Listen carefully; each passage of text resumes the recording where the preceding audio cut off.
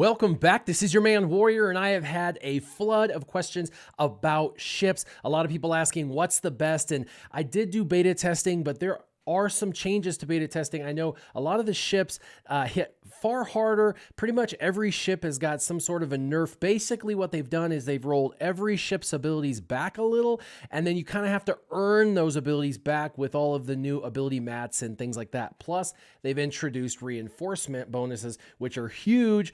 And so I don't want to steer anybody astray. I don't want to tell you to do X and then Y becomes the meta. I would feel terrible.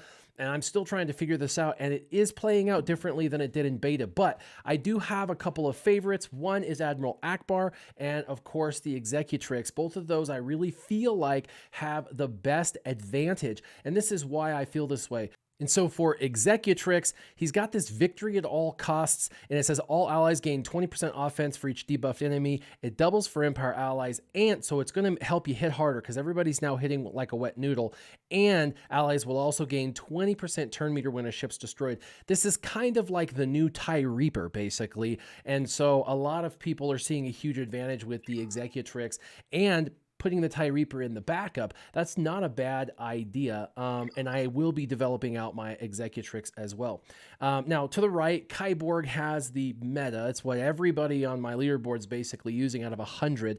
The top 100, there's like 6 people not using this. Everybody else is using this. And that's the Chimera, which was the meta in the past. When we click on it, we'll show you what I am currently using. I'm using Admiral Ackbar. Now, the reason why I like Admiral Ackbar is he's the fastest of all the ships, and he doesn't require a Zeta to get there.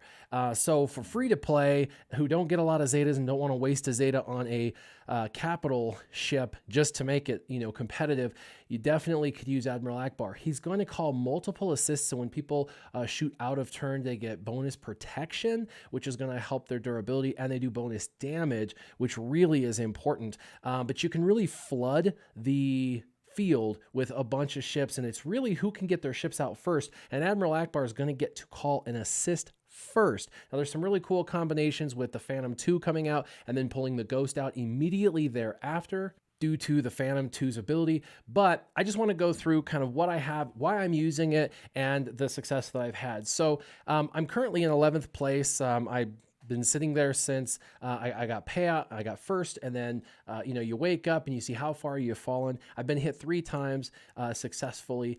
That's better than it was in the old meta. In the old meta, I was waking up sometimes between the 20s and the 50s, and that's not uncommon now. We have a very active shard, and even with everything completely maxed out, I was still getting bumped sometimes out of the top 50. So 11th place is not bad. I'm using Admiral Ackbar. He's the fastest, calls multiple assists, and it's not buff centric like it used to be where you had to have certain buffs. Of course, Biggs is the most overpowered tank in the game now, and then I'm using Biston and I'm using TIE Advance. Now, the reason for both of those is both of those can hit the opponent's TIE, the Imperial TIE Fighter, guaranteed. And so you can clear out that ship pretty easily with those 2 ships. They both also have a guaranteed target lock, which is going to help Biggs with his regeneration. Now, in the backup, it really doesn't matter what lane that you put them in, and this is why, because the game is going to call in protection and or healing characters first. So if you have ships that do taunting, they're going to come in first regardless of location, and then they're going to bring in ships that do like health or protection regeneration onto the ship, like protection regenerate up like Plo Koon, those types of ships, and then it's going to bring in like your attackers and stuff for defense. And so it really doesn't matter much. If you know that, you can kind of not worry as much about it. But I have Cassian, and the reason why I'm using Cassian is he, in my opinion, is one of those characters that allows for you to maintain control. It's really important that you maintain control in a battle when the battle starts going south, to be able to regain that control. And how you regain control, let's take a look at him. And I have maxed out his reinforcement ability. And the reinforcement ability dispels all buffs on all enemies. So they've got offense up, they've got crit chance up, they've got, Boba comes in and he's got taunt and retribution and critical hit immunity and all this crazy stuff. He comes in, it all just wipes. They're all just basic ships again with nothing on top. So he kind of evens the playing field, if you will, as long as he comes in at a strategic time. And then he also inflicts offense down, which neuters the other team's a capability of damage. And that's important because they're already hitting like wet noodles, most of these ships are. And so it really makes it hard for them to chew through your team. The other thing is it inflicts defense down, which makes it easier for your team to hurry up and finish the battle and kill them. That's why I have him in the first reinforcement slot. It's so the game hopefully chooses him over Poe, although Poe's an excellent reinforcement as well. And these abilities can't be resisted or evaded. So this is going to happen. Pretty cool.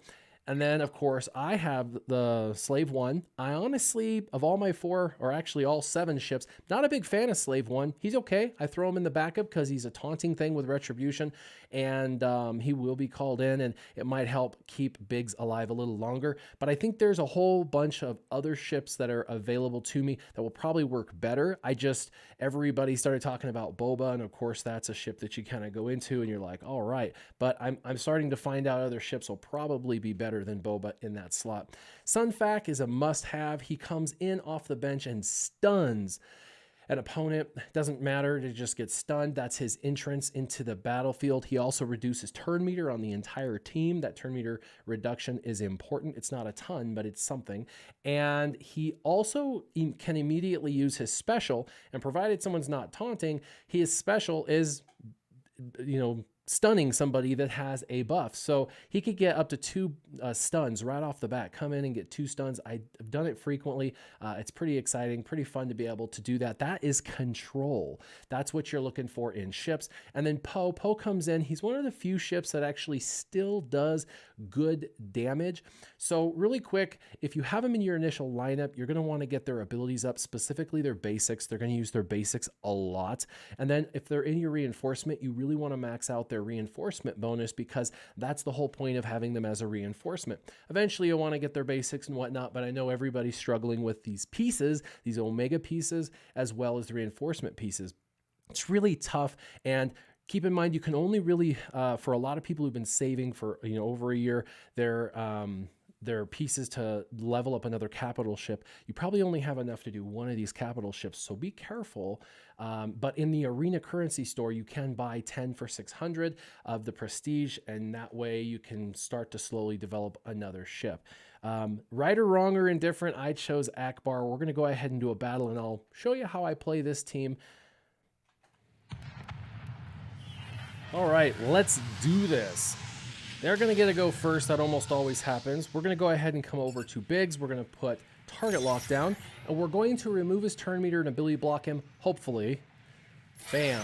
Now, I will tell you really quick about Darth Vader. He's amazing in your front 3, but he's also amazing as a reinforcement. In fact, I would actually use him to replace Boba Fett in your reinforcements. When I said the Boba Fett isn't really the best, I would say Darth Vader is definitively better as that reinforcement. And then in the front, I could put TIE Fighter Pilot or Kylo Ren Unmasked and his TIE Silencer. So there's just a lot of options. I'm just showing you what I've currently been using.